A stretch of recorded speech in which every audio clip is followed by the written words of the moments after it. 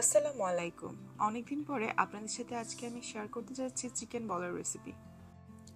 Chicken বল খেতে কার না ভালো লাগে, কিন্তু বাজারের চিকেন বল কতটা স্বাস্থ্যকর পরিবেশে বানায় তা আসলে আমাদের কারোরই জানা নেই। আজকে আমি আর ইনগ্রিডিয়েন্টসগুলোর নাম বলছি না, স্ক্রিনে দেখানো ইনগ্রিডিয়েন্টসগুলো আপনারা পরিমাণ মতো দিয়ে নেবেন। সব মশলাগুলো দেওয়ার পর আস্তে আস্তে একটু পানি দিয়ে খুব ভালো করে মিশিয়ে নিতে হবে। মশলা খুব ভালো করে মাখানোর পর চিকেনগুলো প্রায় 10 থেকে 15 মিনিট রেস্টে রেখে দিব।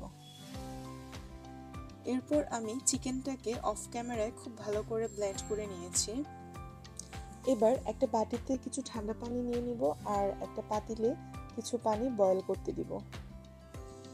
এবার হাতে একটু তেল মাখিয়ে চিকেনগুলোকে গোল গোল বল করে নিব।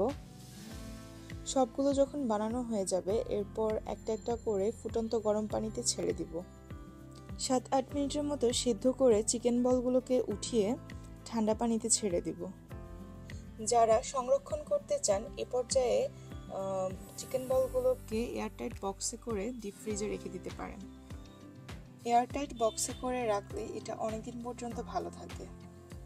একটা প্যানে এরপর অল্প আছে অল্প তেল নিয়ে হালকা একটু ফ্রাই করে নিলেই হয়ে যাবে গরম গরম চিকেন বল।